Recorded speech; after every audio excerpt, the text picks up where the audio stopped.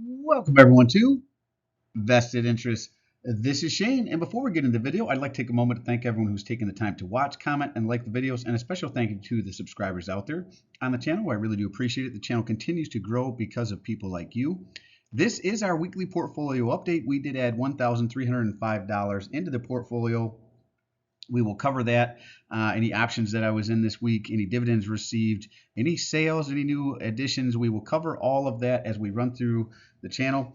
But for those of you who may be stopping by for the first time, on this channel, we focus on dividend growth investing. It's not rocket science, in my opinion. The best way to do anything, keep it as simple as possible. So it really boils down to consistently investing, buying dividend growth stocks and growing companies with positive cash flow that covers the dividend and companies with a high return on their invested capital.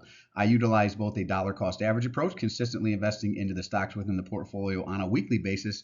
I also do larger purchases if I get a bonus or I do a side job, something like that, run into any extra, happen to win the lotto, which hasn't happened, but if it did, that's probably what I'd do with it.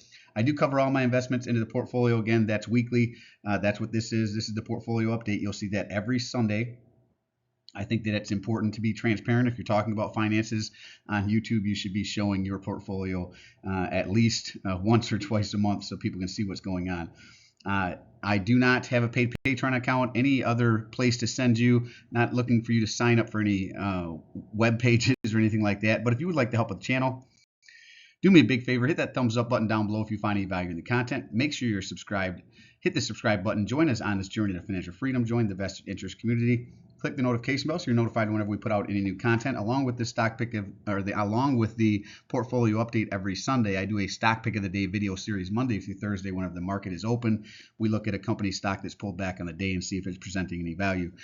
And there is the thanks button down below for anyone who wants to buy me a cup of coffee. Go ahead and click that. There's several tiers. Appreciate everyone who's willing and able to do that. And again, special thank you to the subscribers out there. You guys are awesome.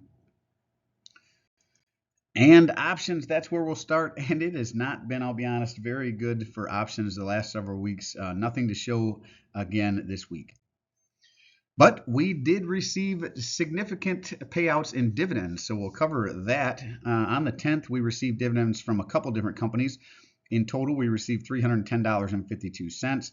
And the first company, LyondellBasell, ticker LYB, out of the materials sector. This is one that has pulled back significantly as well, so it's a good time for it to pay out the dividends. We got those on the cheap, picking up 2.11543 more shares of LyondellBasell with the $161.56 paid in dividends.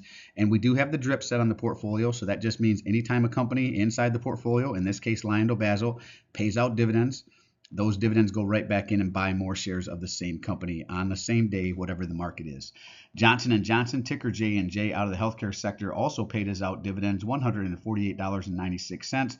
And that picked up 0.99387 more shares of Johnson & Johnson. And these new shares added an additional $16.25 in passive income over the next calendar year.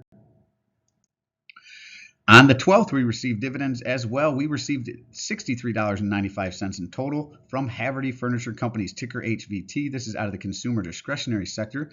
Paid us $63.95. That $63.95 went right back in and picked up 2.71484 more shares of Haverty. And another one that's down. I've been adding to this position, so I like that we're getting some dividends as well as adding to the position while it is down. That brings down my cost basis, increases my potential future return, and increases my dividend yield. And this really is that dividend snowball in effect. Whenever you hear people talk about compounded interest, this is what they're talking about. So I owned positions of HVT.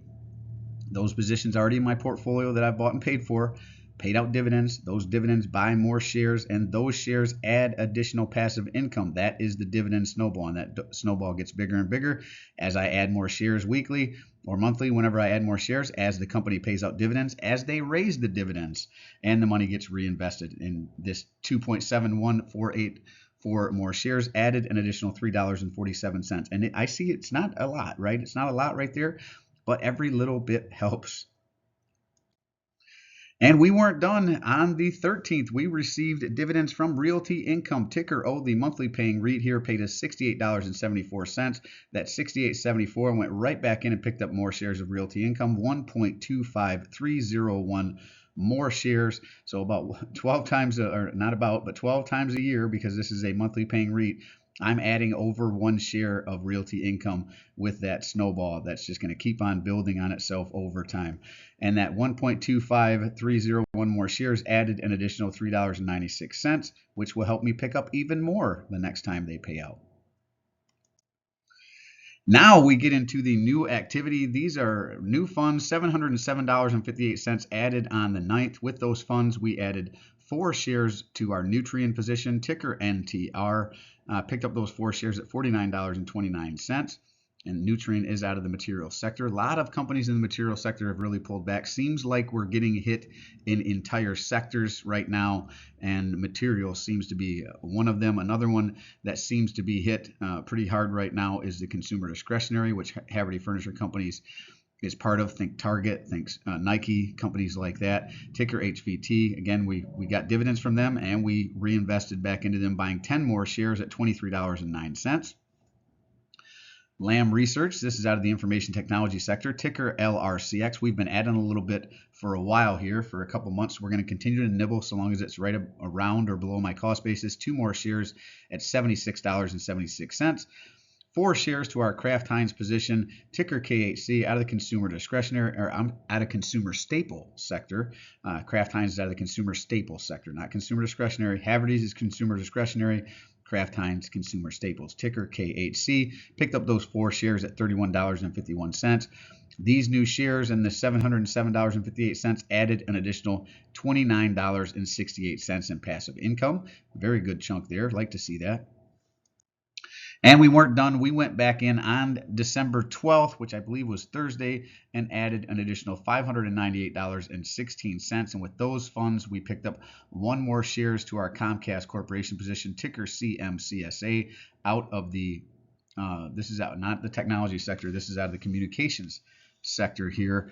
1 share at $40.01. This one dropped back recently below our cost basis, so we're going to nibble there as long as it's around or below my cost basis. I'd like to build out that position some more.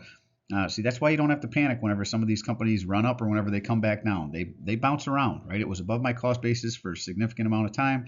Now it's dropped back below. I can add a little bit more and keep on building out the position. That's how stocks go. They have a 52-week low, 52-week high. They're going to bounce around within the 52-week low, sometimes set a new 52-week low and a new 52-week high, and they do it for a multitude of reasons. Sometimes it's just sector rotations. Looks like what we're having right now. Communications not across the whole sector, but this is one that has pulled back. Materials really has pulled back, seems like, across the sector. 1 more share to our Valet position, ticker VALE, again out of the materials sector. Picked up that 1 share at $9.61. Another one that I'm going to continue to nibble on as long as it's below my cost basis. My cost basis is around $12. I'd like to continue to bring that down while this company is cheap, in my opinion. And Oxy, yes, we did add a new position. Can you believe it? It's just gotten so cheap. It's right up against its 52-week low. It is a Warren Buffett approved stock. He was buying it back in the 50s and 60s. I'm getting it much cheaper than him, and I am going to go ahead and build this one out. I was looking for something else in the energy sector. So Occidental it is. 2 shares of Occidental, ticker OXY, out of the energy sector at $48.20. I think this one around 54 or under I am willing to buy.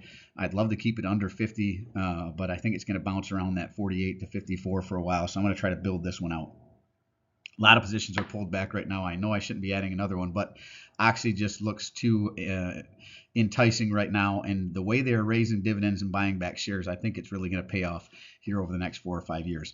CVS seems to just keep dropping like a rock. I'm going to keep on nibbling on it while it's under my cost basis. I'm not going to add a significant amount because it is starting to become a big position here, but 2 more shares to our CVS Health Corporation, ticker CVS, out of the healthcare sector at $51.15.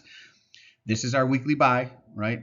2 of our weekly buys that we buy regardless of what the market is. 3 more shares to our Schwab Strategic Growth Dividend Growth ETF here, ticker SCHD.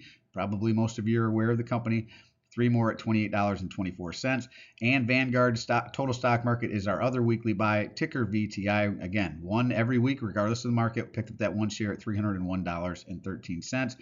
The $598.16 here, and the new shares added an additional $16.07.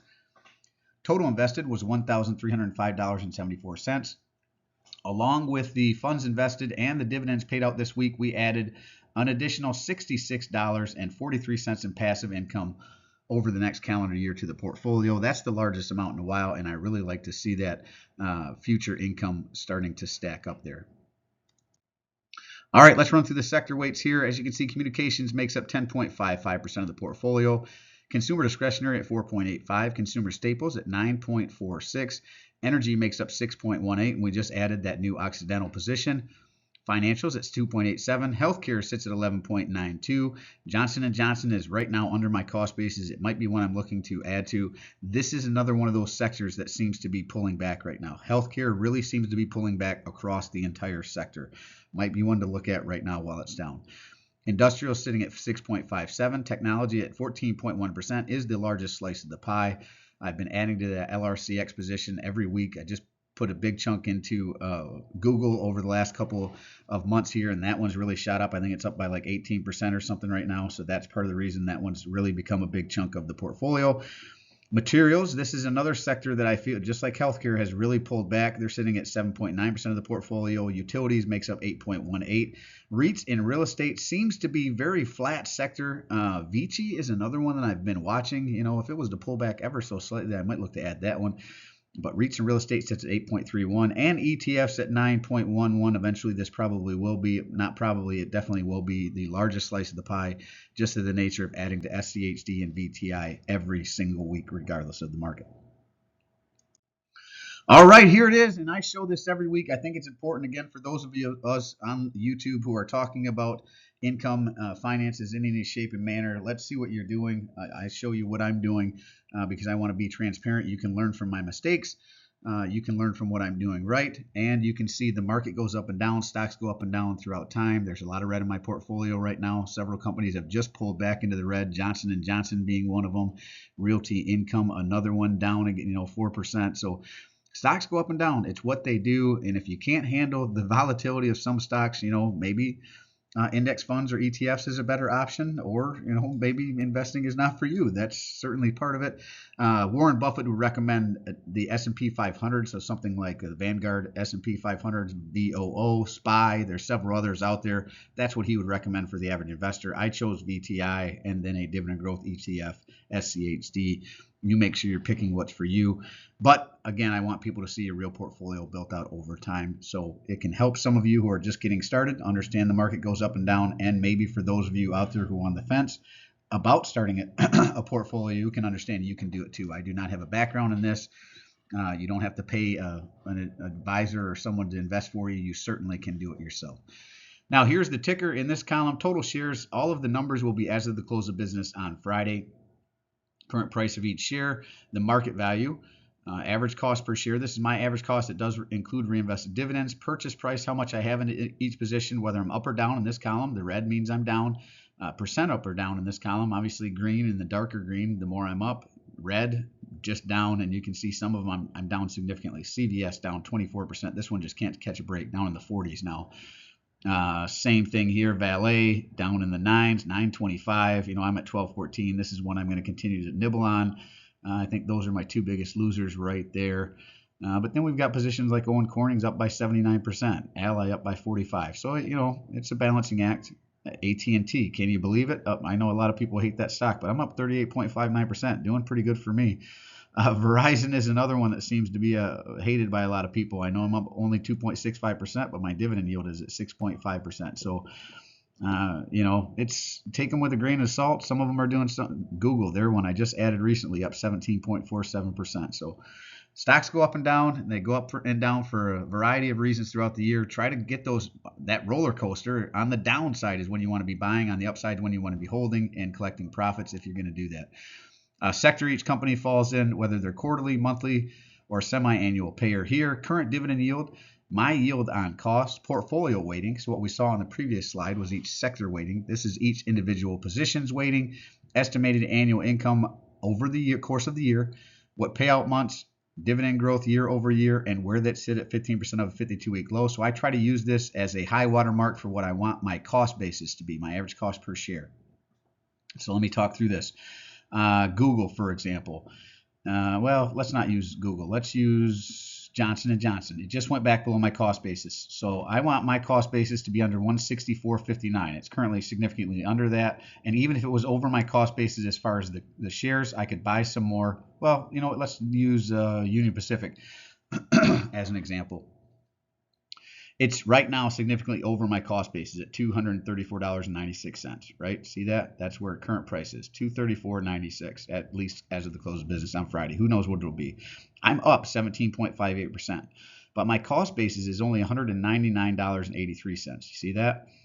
And I want to keep my cost basis under 251.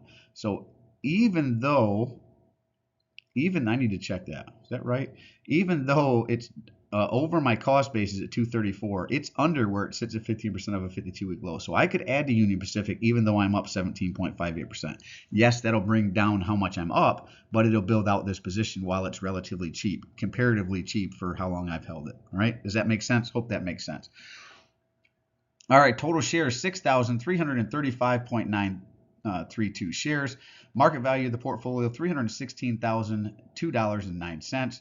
I have $293,442.92 into the portfolio. This does include reinvested dividends. So that's not all money out of my pocket, but it is including reinvested dividends. Total return, I am up $22,559.17, but I'd have to sell my entire portfolio to get that. Up 7.69. I don't focus on this, whether I'm up or down. You'll hear me say that I've been up 14% and I've been down 7, 8, 9, 10% and said the same thing. I don't focus on this. It's nice to see that I'm up, but it's not what I focus on. Current yield 3.885%, yield on cost 4.184%, and that's why it's circled in red over here. This is what I focused on, the estimated annual income provided by the dividends from all the different positions in the portfolio continues to grow whether the market's up, whether the market's down, whether the market's floating sideways. Whether as I'm adding weekly, monthly, quarterly, or yearly, and currently sits at $12,276.76 in passive income I should collect over the next calendar year. Now, obviously, that's going to go up next week as long as none of these dividends get cut. I don't sell any positions or anything like that. And then hopefully we start hearing about some of these other positions heading into next year starting to raise their dividend again. All right, well, let me know. That is it for this one. Let me know what you added to your portfolio this week. We'd love to hear from you in the comment section down below. And as always, appreciate you stopping by. If you haven't done so already, don't forget to show me some love. Hit that thumbs up, ring the notification bell. Most importantly, subscribe to the channel. Join us on this journey to financial freedom. Join the vested interest community and drop a comment down below. Let me know what you're investing in. Let me know what you're watching. Maybe if you're selling anything, let me know what you're selling as well. I do personally read and respond to the comments. I'm always interested to read your questions, opinions, or suggestions for future topics. And this is Shane signing off, wishing peace and prosperity to you and yours. And remember, financial security comes with those who take a vested interest. Hey, thanks for stopping by. I hope you have a great weekend, and we will see you in the next one. Hey, go Lions. I'm not a financial advisor. Nothing in this presentation should be considered financial advice. I am only sharing my opinion and investing in journey for educational and entertainment purposes. Investing involves risk. You can lose money. You should never invest any amount you're not comfortable losing. Always do your own research. Invest based on your situation and circumstances and select criteria, or seek the advice and counsel of a certified financial advisor.